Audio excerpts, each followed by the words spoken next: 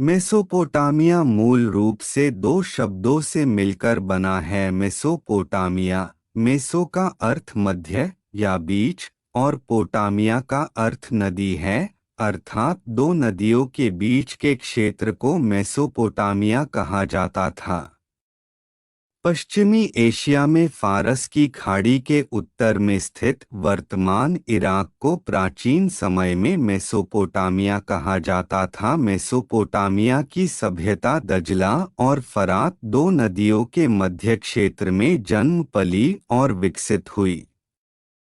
इन नदियों के मुहाने पर सुमेरी, बीच में बेबीलोनिया तथा उत्तर में असीरिया सभ्यता का विकास हुआ। इन सभ्यताओं के विषय में यह कहावत प्रचलित है कि सुमेरिया ने सभ्यता को जन्म दिया, बेबीलोनिया ने उसे उत्पत्ति के चरम शिखर तक पहुंचाया और असीरिया ने उसे आत्मसात किया। दूसरे शब्दों में सुमेरिया, बेबीलोनिया और असीरिया, इन तीनों सभ्यताओं के सम्मिलन से जो सभ्यता विकसित हुई उसे मेसोपोटामिया की सभ्यता कहा गया।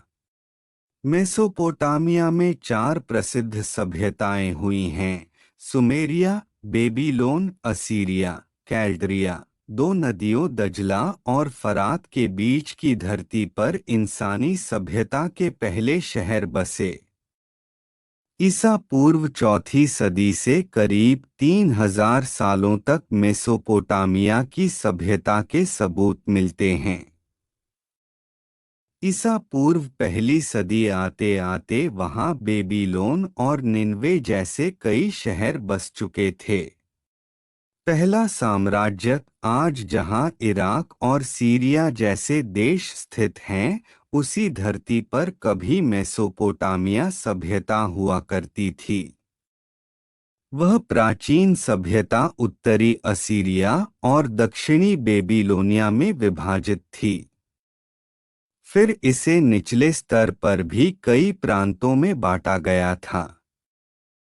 ईसा पूर्व तीसरी सदी से इन छोटे इलाकों को मिलाकर एक साम्राज्य के रूप में साथ लाया गया।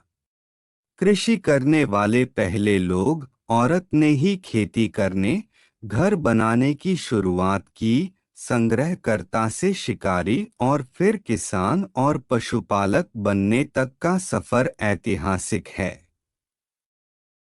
इस सभ्यता में इंसान के खेती करने और पशुओं को पालने के पहले साक्ष्य मिलते हैं। उस समय सिंचाई के लिए व्यवस्था भी विकसित की गई और पशुओं के दूध से कई तरह के उत्पाद भी बनने शुरू हुए। दिव्य पदानुक्रम, इस सभ्यता के लोग आस्तिक थे और कई सारे देवताओं को मानते थे। देवों की भी श्रेणियां थीं। सबसे बड़े देवता को उससे छोटे देवता पूजते थे।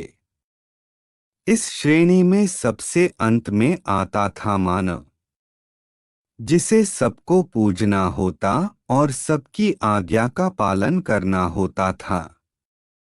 जीवन और धर्म गहराई से जुड़े थे। सिकंदर महान ने 331 ईसा पूर्व में मेसोपोटामिया की सभ्यता को नष्ट कर दिया और वहां ग्रीक संस्कृति का प्रचार प्रसार किया। इसी के साथ मेसोपोटामियाई परंपराएं और जीवन दर्शन खो गया।